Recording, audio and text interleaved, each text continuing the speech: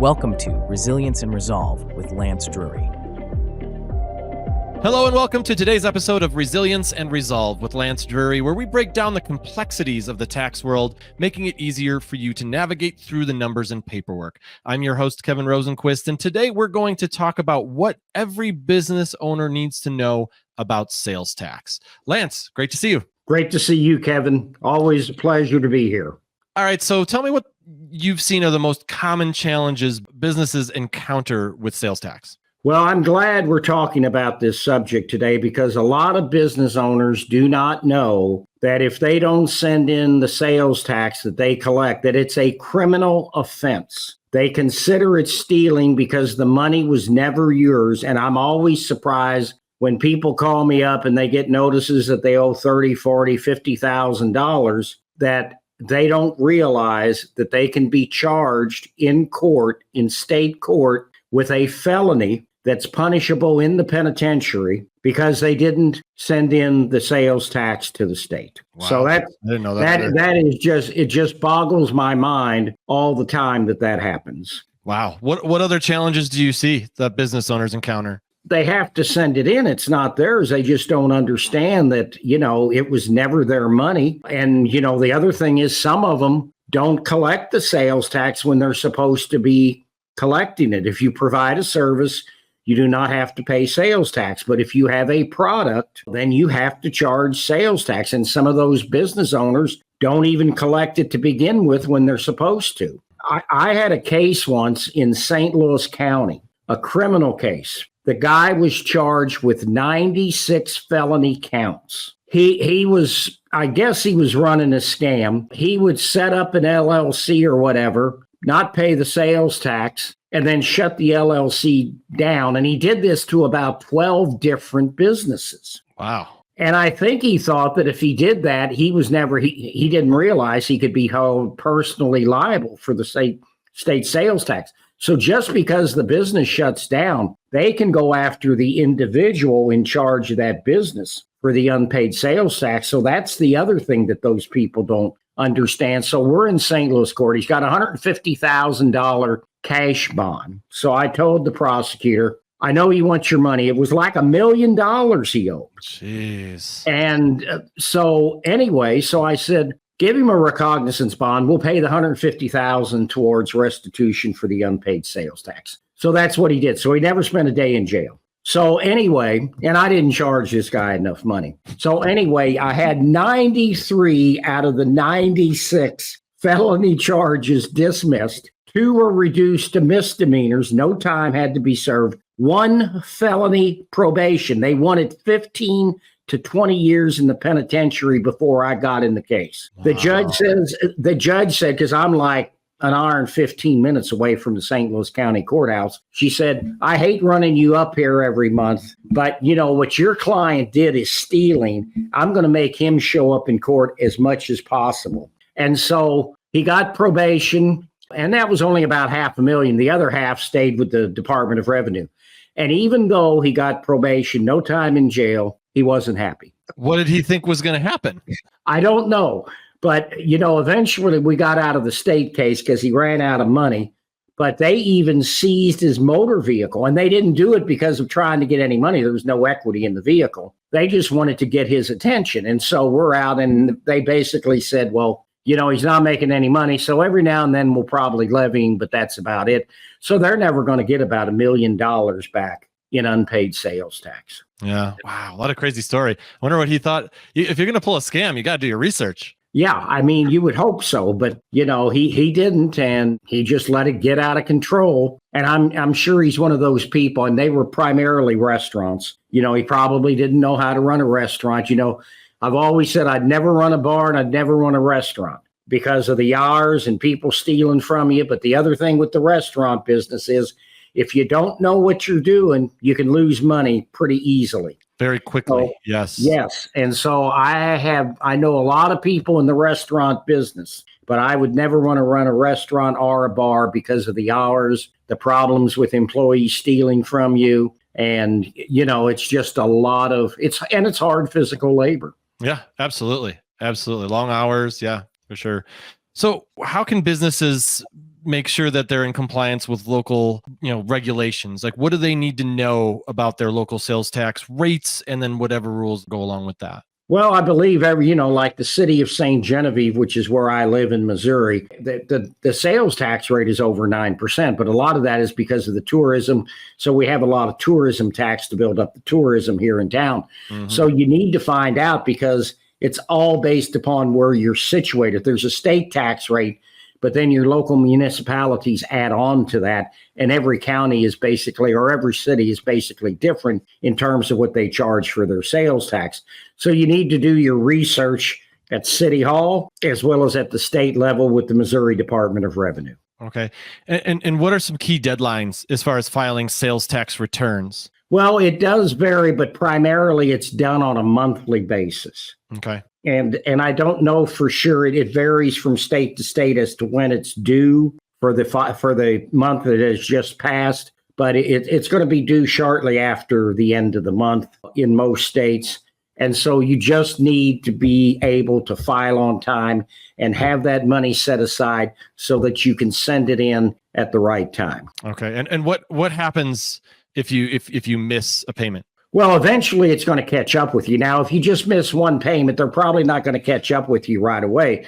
You have to understand that even these state taxing agencies, they're all bureaucracies. Things fall through the crack. I've seen stuff that doesn't rear its head for years. And I mean, which is why sometimes with the IRS, we can run out the clock, because we just had a guy that got out of over $100,000 in tax liability because we were just running out the clock for 2 years and the IRS didn't pick up on it. So, if you miss a sales tax payment one time, they're probably not going to come after you right away. It could be a year. It could be 2 years.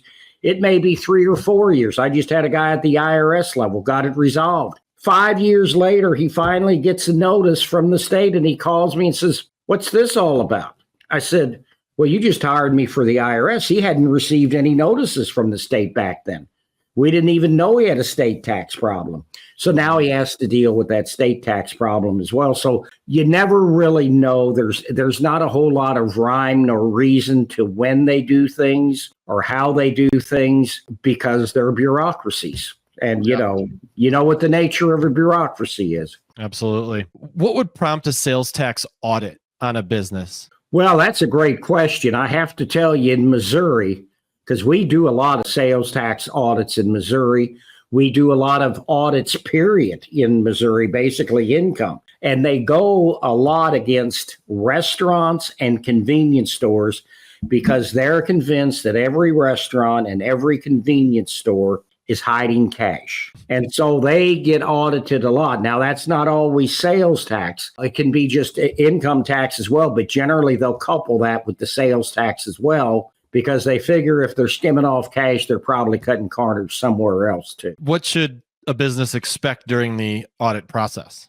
Well, they should expect that they're going to go through their point of sale information, all their financial information with a fine-tooth comb. What they can also expect is if the taxing authorities find a problem for 1 year, then they're going to expand the scope of the audit to include other years. Now, sometimes you can negotiate with them and say, okay, we'll agree to this as long as you don't expand the scope of the audit. And sometimes that'll work and that'll put an end to it. But those audits could go on for a long time. So, it's a very expensive process. It's a very time-consuming process. It's a lot of work. And I'm going to digress here a little because I'm glad you brought this up. I know we're talking about sales tax, but we now have an audit in the state of Tennessee, but it's an IRS audit. And the auditor is in the attorney's office there every other Friday, all day long.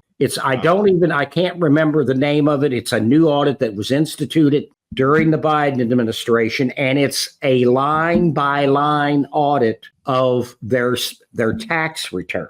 And so I think this guy got audited because he took a religious exemption on something, which was sort of a red flag. Yeah. And he's already come in and said that he's expanding the scope of the audit. And so this guy is probably going to pay us $100,000 just for the audit, because when he's in there every other week and there's no end in sight.